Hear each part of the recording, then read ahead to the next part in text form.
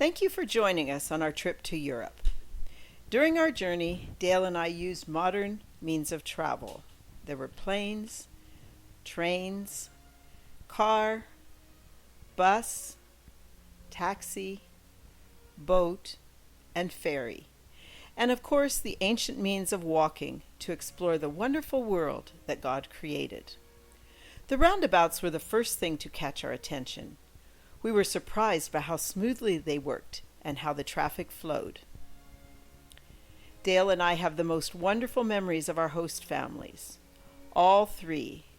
The Cufos in Italy, Reichels in Norway, and Vetches in Switzerland were over the top in their hosting of us foreigners. We really enjoyed their fine cooking, how they helped us plan exciting tours, and their willingness to engage in conversations.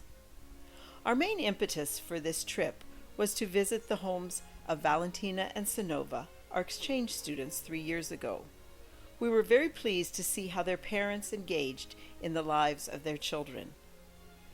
We may forget many of the historical sites we visited, but we will never forget the kindness and friendships of our host families. Thank you. Italy surprised us in that they grow 1.3 million metric tons of rice per year. Imagine that in a country known for their pasta. And in Norway, they lay claims to having the longest road tunnel. It's an amazing 24.5 kilometers long, or 15 miles. In Switzerland, we were surprised that they washed their roads and that most cars are less than 5 years old. All three countries had very narrow roads. Mirrors missed by inches and cliffs are 6 inches off the paved road. Scary. In fact, one day we needed to wait on a milk truck at a farm because it took up the whole road. All three countries have their own distinct beauty. Italy has the majestic Alps to the north, romantic cities with small balconies, outdoor restaurants, and very narrow streets congested with people and cars and scooters and bikes.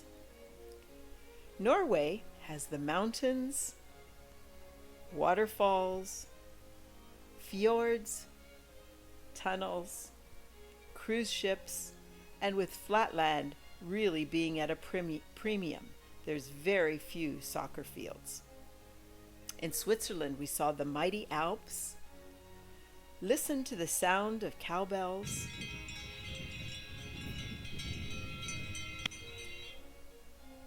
very clean towns and cities, lush green foliage, ever-changing landscapes, and beautiful turquoise glacial lakes. All three countries have a very long history with important battles, castles, cities, and leaders. We experienced many emotional and spiritual connections on this trip to Europe.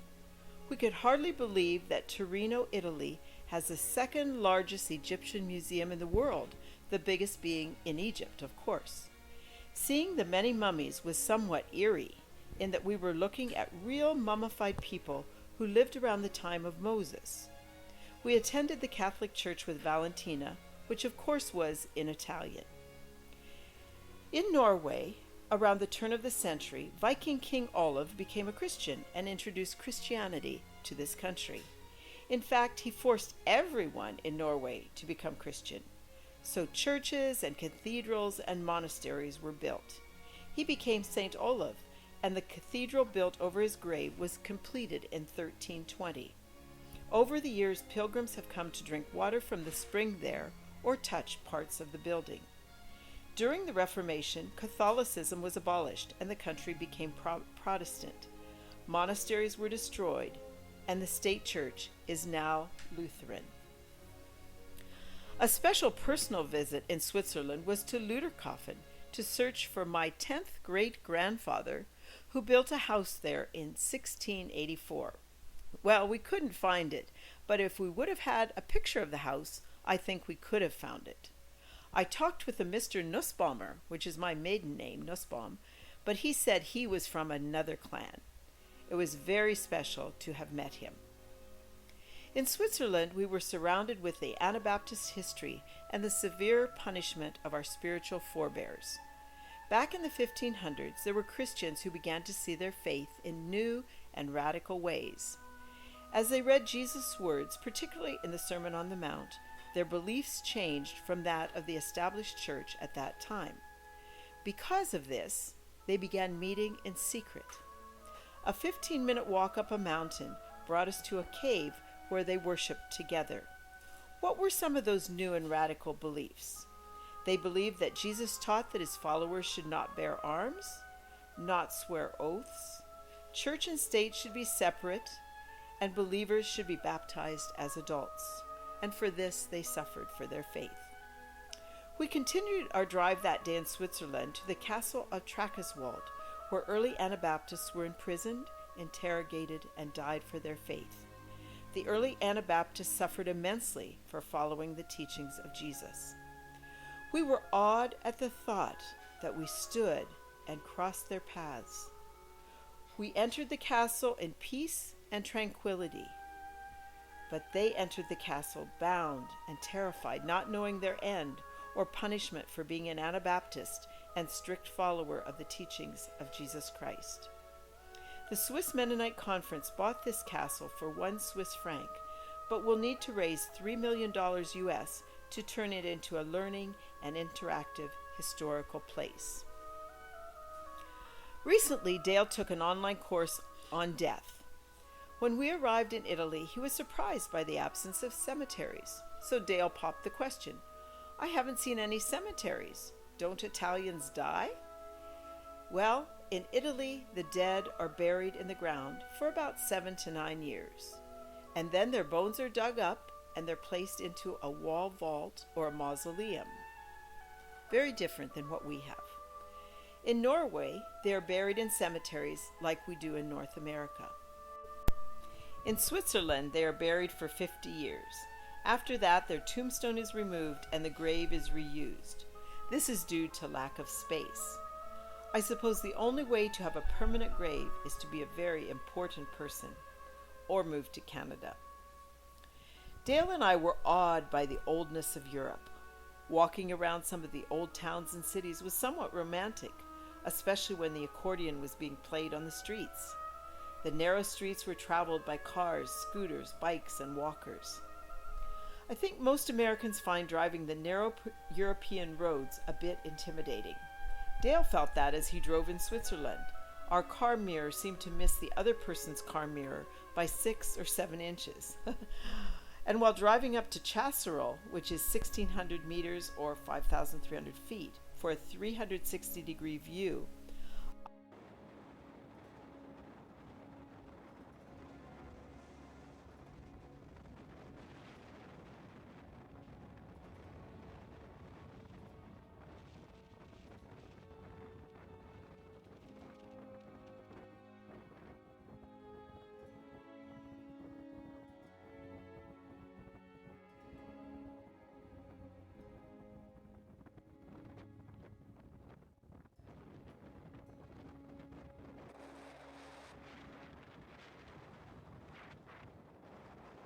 we visited were built in the vicinity of 990 to 1500 AD.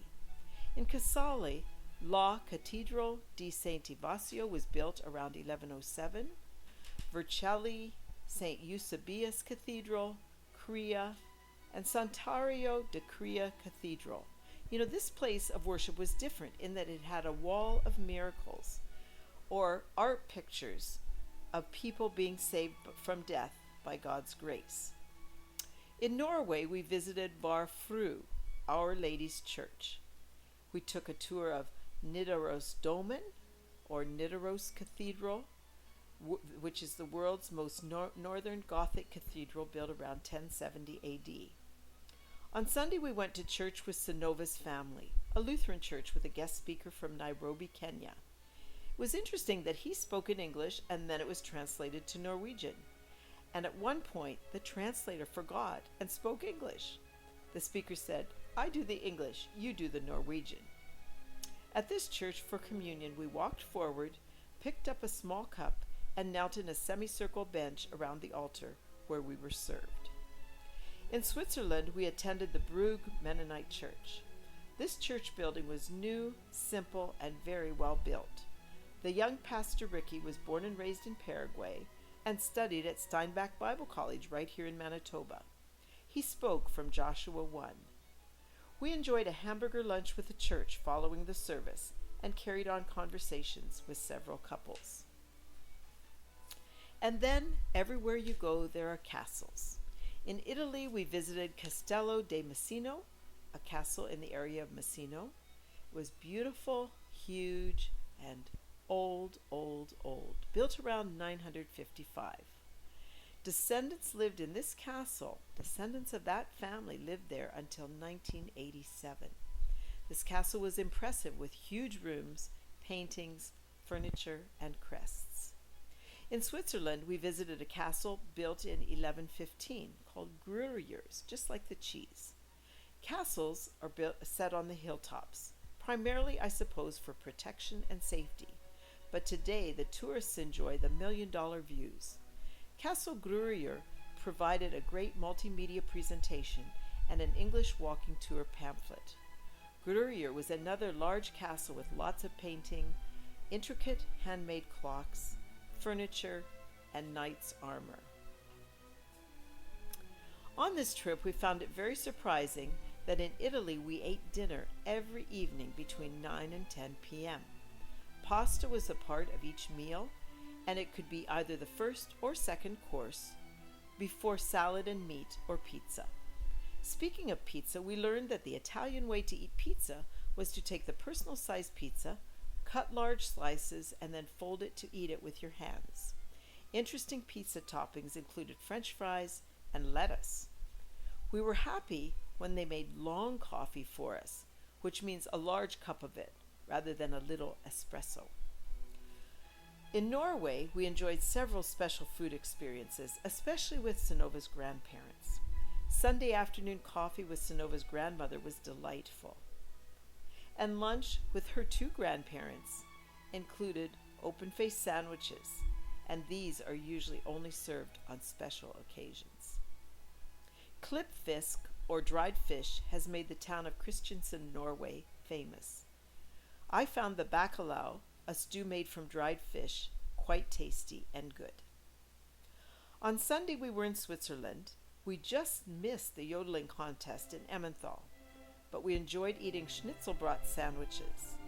Before we took this trip, I mentioned that I thought I could just enjoy a day looking at the mountains and eating Switzerland cheese and chocolate.